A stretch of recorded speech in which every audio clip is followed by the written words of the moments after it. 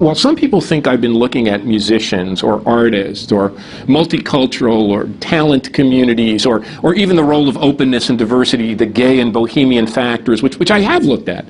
My work all comes from my original work studying factories.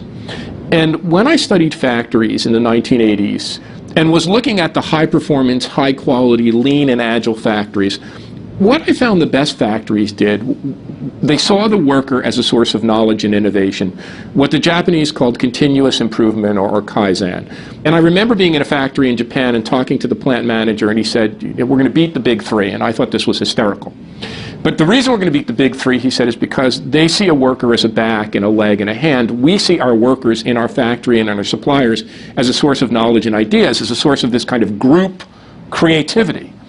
So the knowledge economy simply does that for a group of professional workers. It has realized that to be successful in arts or culture or science and technology, we need to harness human knowledge to build software, to build new technology, build Apple computers and iPads and iPhones and all the other things that we sell and do quite well at. But the real key, if we're going to build an economy that's really robust, is we know that what's happened in manufacturing is the companies that remain, that are effective, are the ones that are harnessing workers' knowledge. Jeff Bezos at Amazon is a total believer in the Toyota production system, Japanese Kaizen, quality, use the workers to figure out the problem and solve problems. When you look at great companies like Whole Foods or Starbucks or great hotel chains like the Four Seasons, they all involve their workers in using their minds.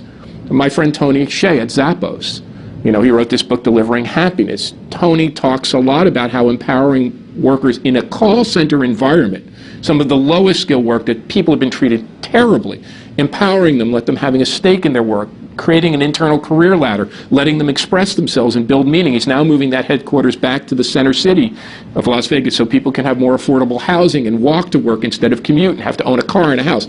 It seems to me that what we can begin to do in this country is make service work meaningful, creative, knowledge-based work. And my best exemplar is my father. My father said that when he started work in a factory in the 1930s, it took 9 family members to make a family wage. So it took him, my grandmother, my grandfather, and 6 siblings to make one family wage. He made like these kind of eyeglasses in a factory in Newark, New Jersey. When he came back from the war, all of a sudden, as if by magic, it wasn't by magic, America had formed a new social compact, unions had been involved, American business decided that workers had to make a higher wage to buy things, our government was very involved in giving workers rights, we forged a new social compact. That manufacturing job, which was formerly a horrible job, became a great job.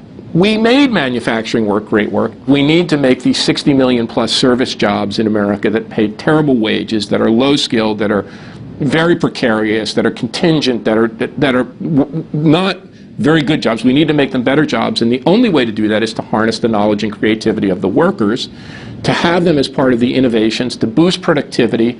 And what will happen is it'll not only raise wages, it'll make those businesses more productive and innovative, and it'll make our cities and country more productive. There's a great study from MIT, just reported in the Harvard Business Review. A group of scholars went out and looked at service work, and what they found is exactly that. When you add knowledge and skill to service work, when you pay workers better, when you engage them, the company does better, the workers do better. And I would argue, in addition to the workers doing better and the company doing better, the community, whether it's New York or San Francisco or Pittsburgh or Columbus or Charleston, the community that engages the service businesses and make them more productive, its productivity and competitiveness will increase too.